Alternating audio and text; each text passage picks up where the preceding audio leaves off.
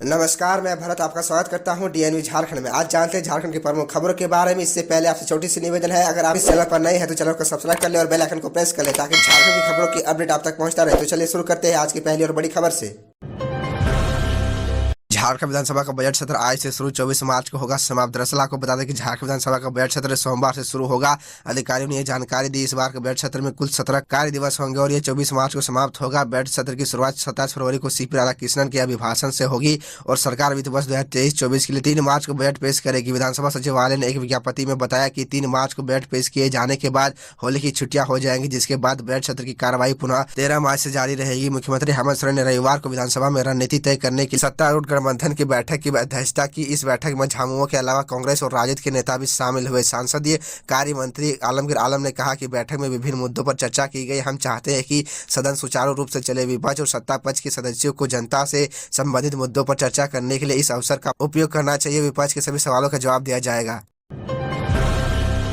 झारखंड के डॉक्टरों में आक्रोश, 1 मार्च को करेंगे हड़ताल, जाने क्यों। दरअसल आपको बता दें कि राज्य में हाल के दिनों में डॉक्टरों के साथ हुई घटना को लेकर इंडियन मेडिकल एसोसिएशन झांसा और सरकारी डॉक्टरों की आपातकालीन बैठक रविवार को आईएमए भवन में हुई। संयुक्त बैठक में यह निर्णय लिया गया कि राज्य भर के डॉक्टर बुधवार के दिन यानी 1 मार्च को हड़ताल पर रहेंगे। बताते चले कि गढ़वा में डॉक्टर के साथ हुई मारपीट की घटना को लेकर आंदोलन तेज किया गया है। वहीं गढ़वा में डॉक्टर पहले से ही अनिश्चितकालीन हड़ताल पर है। इमरजेंसी की सेवाओं को छोड़कर अब राज्य भर के डॉक्टर आंदोलन की तैयारी में जुट गए हैं। इस दौरान अस्पतालों में केवल इमरजेंसी सर्विस चालू रहेगी। बैठक में चर्चा हुई कि जामताड़ा, धनबाद और हजारीबाग की घटना के बाद भी सरकार की ओर से आरोपियों के खिलाफ कोई कार्रवाई नहीं हुई। डॉक्टरों के प्रति सरकार का रवैया उदासीन है, इसलिए उन्हें ऐसा कदम उठाना पड़ रहा है। वहीं आईएमए ने हजारीबाग में डॉक्टर के साथ मिसबिहेव की घटना के आरोपित अधिकारी डीडीसी को पद से हटाने की मांग की है। खबरों में आगे बढ़ने से पहले आपसे छोटी सी निवेदन है कि अगर आप इस चैनल पर नए हैं तो चैनल को सब्सक्राइब अवश्य कर ले ताकि झारखंड की हर खबर आप तक पहुँचा सके। एनटीपीसी ने किया 400 एकड़ अधिक क्षेत्र में किया अवैध खनन, केंद्र उपक्रम पर 82 करोड़ का जुर्माना लगाने की अनुशंसा। दरअसल आपको बता दें कि केंद्रीय पर्यावरण मंत्री की ओर से जांच के बाद समेकित क्षेत्र कार्यालय ने एनटीपीसी के खिलाफ 156 हेक्टेयर लगभग 400 एकड़ में अवैध खनन का प्रमाण मिलने पर जुर्माना लगाने की अनुशंसा की है। इसे अदा किया गया तो यह जुर्माना किसी केंद्रीय उपक्रम पर अब तक लगाए गए सबसे बड़े जुर्माने में से एक होगा। समेकित क्षेत्र कार्यालय ने national thermal power corporation NTPC पर 81 करोड़ 82 लाख रुपए से अधिक का जुर्माना लगाने की अनुशंसा की है। खुलेंगे मर्जर में बंद हुए सरकारी स्कूल। विभाग ने सभी उपायुक्तों से मांगी सूची। 4096 विद्यालय हुए थे मर्ज। दरअसल आपको बता दें कि झारखंड में विभिन्न जिलों में मर्ज के दौरान बंद हुए सरकारी स्कूल खोले जाएंगे। इसकी सूचना उपायुक्तों से मांगी गई है। इस बाबत झारखंड शिक्षा परियोजना परिषद की निदेशक किरण कुमारी पास ने सभी उपायुक्त को पत्र लिखा है। परियोजना निदेशक ने पत्र में लिखा है कि वर्ष 2016-17 और उसके बाद विभिन्न जिलों में 4096 विद्यालय को निःशुल्क एवं अनिवार्य शिक्षा द्वारा निर्धारित मानक 1 किलोमीटर के दायरे में एक प्राथमिक विद्यालय के स्थान पर 1 से अधिक प्राथमिक विद्यालय रहने अथवा एक ही परिसर में 1 से अधिक विद्यालय संचालित रहने के कारण प्रशासनिक एवं भौगोलिक रूप से मर्ज कर दिए गए हैं। ऐसे मध्य विद्यालय जो निर्धारित 3 किलोमीटर के परिधि में 1 से अधिक विद्यालय रहने और छात्र संख्या जिन विद्यालयों में नगण्य थी, वैसे विभिन्न जिलों के 527 विद्यालय को अवक्रमित कर प्राथमिक विद्यालय बनाया गया।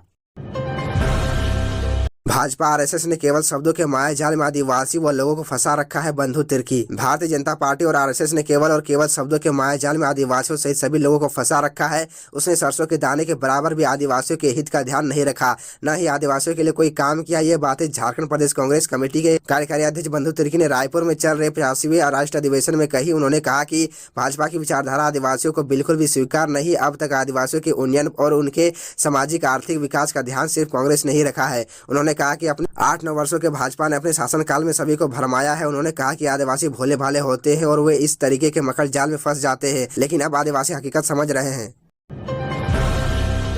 पशुपालन विभाग ने बर्ड फ्लू का कारण प्रवासी पक्षियों को बताया, कहा मृत पक्षी दिखने पर न छुए। दरअसल आपको बता दें कि झारखंड में बर्ड फ्लू को लेकर अलर्ट जारी किया गया है। बोकारो में मुर्गियों की मौत के बाद पशुपालन विभाग ने इसे आउटब्रेक घोषित कर दिया था। अब इस फ्लू का कारण सामने आया है। पशुपालन विभाग ने बर्ड फ्लू के फैलावे के लिए प्रवासी पक्षियों को जिम्मेदार ठहराया है। पशु स्वास्थ्य एवं उत्पादन संस्था के कांकेर निदेशक के स्तर से सूचना जारी करते कहा गया है कि बर्ड फ्लू अत्यंत संक्रामक विषाणुजनित रोग है।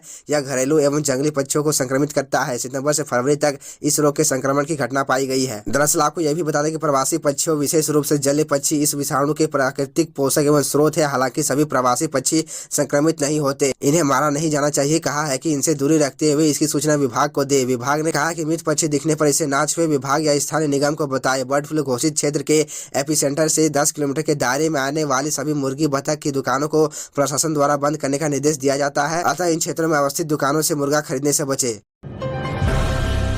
गैस सिलेंडर विस्फोट में एक ही परिवार के 6 सदस्य घायल, एक बच्चे की मौत, 4 की हालत नाजुक। दरअसल आपको बता दें कि खूंटी शहर के महादेव टोली में रविवार की शाम गैस रिसाव से हुए विस्फोट की चपेट में आने से एक ही परिवार के 6 लोग घायल हो गए, वहीं एक बच्चे की मौत हो गई। घटना के संबंध में परिजनों ने बताया कि सभी खूंटी जिले के रनिया के हरासकू गाँव निवासी है और खूंटी महादेव टोली में किराए के घर में रहते थे।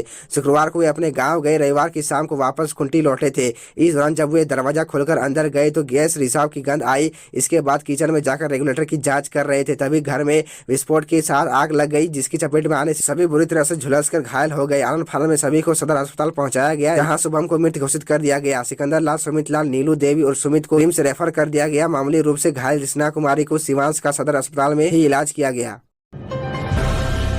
सरला बिरला विश्वविद्यालय में फार्मेसी एवं बीएससी नर्सिंग के लिए नामांकन प्रक्रिया जल्द होगी शुरू। आपको बता दें कि रांची स्थित सरला बिरला विश्वविद्यालय में अब फार्मेसी और बीएससी नर्सिंग की पढ़ाई होगी। विश्वविद्यालय के फार्मेसी विभाग में 60 सीट पर बी फार्मा तथा 60 सीट पर डी फार्मा में नामांकन की प्रक्रिया जल्द ही शुरू की जाएगी। दरअसल आपको बता दें कि सरला बिरला विश्वविद्यालय के डिपार्टमेंट ऑफ फार्मेसी के सभी मानकों को पूरा करने के बाद फार्मेसी काउंसिल ऑफ इंडिया के द्वारा अकादमिक सत्र 2023-24 के लिए बी फार्मा एवं डी फार्मा की मान्यता प्राप्त हो गई है। इस बात की जानकारी विश्वविद्यालय के कार्मिक एवं प्रशासनिक प्रबंधक अजय कुमार ने प्रेस द्वारा जारी कर दी है। मालूम हो कि बी फार्मा 4 साल का अंडर ग्रेजुएट कोर्स है जो 8 सेमेस्टर में पूर्ण होगा। इसके साथ ही डी फार्मा 2 साल का डिप्लोमा कोर्स है जो 4 सेमेस्टर में पूर्ण होगा। तो यह थी झारखंड की टॉप बड़ी खबरें, और इसी तरह झारखंड की छोटी सी बड़ी खबरों को देखने के लिए आप हमारे चैनल DN न्यूज़ झारखंड को सब्सक्राइब कर ले और बेल आइकन को प्रेस कर ले, जिससे आपको झारखंड की हर छोटी बड़ी खबरों के अपडेट आप तक पहुंचता रहे। तो आज के लिए इतना ही, हमें दीजिए इजाज़त, फिर मिलते हैं आपसे अगले वीडियो में।